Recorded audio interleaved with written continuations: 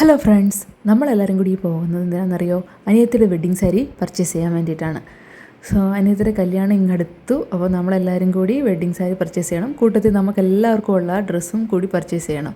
അതിനായിട്ട് ഞാനും അച്ഛനും അമ്മയും അരുണും ശ്രീകുട്ടി എല്ലാവരും കൂടി നമ്മൾ ദേ ഒരു ഷോപ്പിലെത്തി. ഞാൻ ഈ ഷോപ്പിൻ്റെ പേരൊന്നും ഡിസ്ക്ലോസ് ചെയ്യുന്നില്ല. കൊല്ലത്തുള്ളൊരു ഫേമസ് ഷോപ്പാണ്. കാരണം ഇതൊരു പ്രൊമോഷൻ വീഡിയോ കാര്യങ്ങളൊന്നുമല്ല.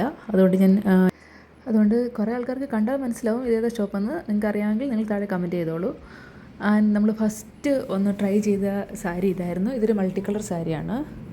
നമ്മളൊന്ന് ട്രൈ ചെയ്ത് നോക്കി. ഞാൻ ഏത് സാരിയാണ് ചൂസ് ചെയ്തതെന്ന് ഞാൻ പറയുന്നില്ല. നിങ്ങൾക്കും അതും കമൻറ്റ് ചെയ്യാം ഏതാണ് ഞാൻ ചൂസ് ചെയ്തതെന്നും. നമ്മൾ കുറേ സാരികൾ ട്രൈ ചെയ്ത് നോക്കി. അപ്പോൾ ഞാൻ ഇപ്പോഴേ ഏതാണ് ചൂസ് ചെയ്തതെന്ന് പറഞ്ഞു കഴിഞ്ഞാൽ നമ്മളുടെ ആ വെഡ്ഡിങ് ഡേയിലുള്ള ആ ഒരു സർപ്രൈസ് അങ്ങ് പോകുമല്ലോ. അതുകൊണ്ട് ഞാൻ പറയുന്നില്ല. പക്ഷേ ഈ സാരിയിൽ നിന്ന് ഒരെണ്ണം ഞങ്ങൾ ചൂസ് ചെയ്തിട്ടുണ്ട്. അപ്പോൾ നിങ്ങൾക്ക് വേണമെങ്കിൽ അത് ഗസ് ചെയ്യാം. ഇതാണ് ഞങ്ങൾ ആദ്യം ചൂസ് ചെയ്ത ഫസ്റ്റ് സാരി ഇരുന്ന് ട്രൈ ചെയ്ത് നോക്കിയത് ഇതായിരുന്നു.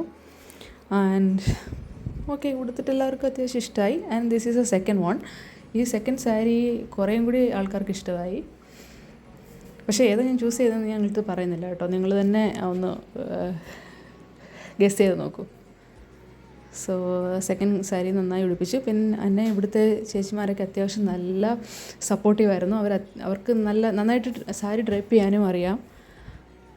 നിങ്ങൾക്ക് നോക്കിയാൽ തന്നെ കാണാം. അവർ നന്നായിട്ടത് സ്റ്റൈൽ ചെയ്യാൻ വേണ്ടി നോക്കുന്നുണ്ട്.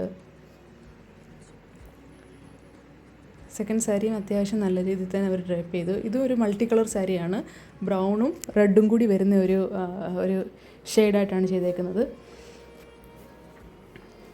സോ കോസ്റ്റും അത്യാവശ്യം അഫോർഡബിളായിട്ടുള്ള റേഞ്ചിലുള്ള കോസ്റ്റാണ്. ഒരു വെഡ്ഡിങ് സാരിക്ക് എത്രയോ റേഞ്ച് വരുന്ന ആ ഒരു റേഞ്ച് പരിമിതിക്കുള്ളിൽ നിൽക്കുന്ന തന്നെ ആണ്.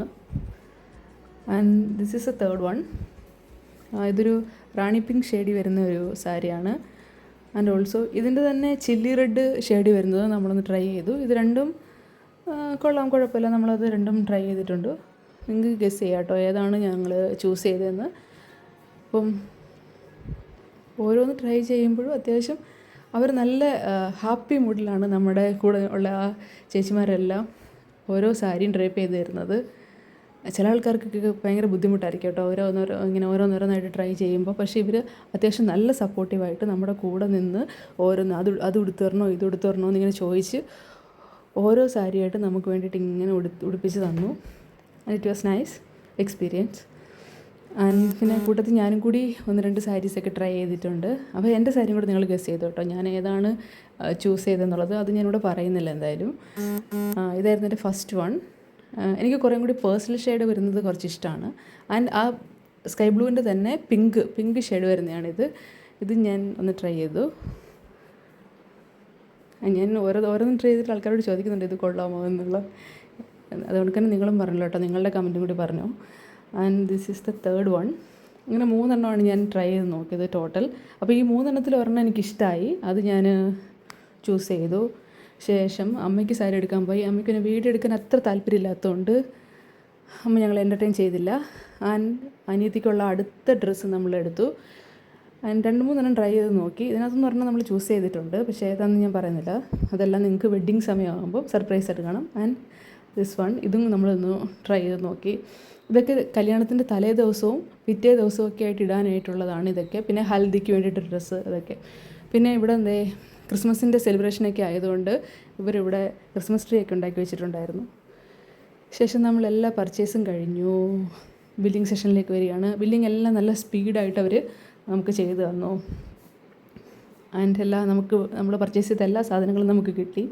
ഞാൻ ജസ്റ്റ് ഒന്ന് ചെക്ക് ചെയ്തു എല്ലാം ഉണ്ടോ എന്നുള്ളതൊന്ന് ചെക്ക് ചെയ്തു. ആൻഡ് ക്രിസ്മസ് ട്രീ ഒക്കെ ഞാൻ ഒന്നും കൂടി എടുത്തു. ഇത് വലിയ ട്രീ ആണ് കേട്ടോ. ഈ ട്രീയുടെ അടിയിൽ കുറേ ഗിഫ്റ്റൊക്കെ വെച്ചിട്ടുണ്ട്. സോ അത്രയേ ഉള്ളൂ. നമ്മൾ ഷോപ്പിംഗ് കഴിഞ്ഞ് ഇറങ്ങി. നമ്മുടെ കാറ് പാർക്കിങ്ങിലായിരുന്നു. അതിന് വേണ്ടി വെയിറ്റ് ചെയ്ത് നിൽക്കുക. അപ്പോൾ അത്രയേ ഉള്ളൂ. ബൈ.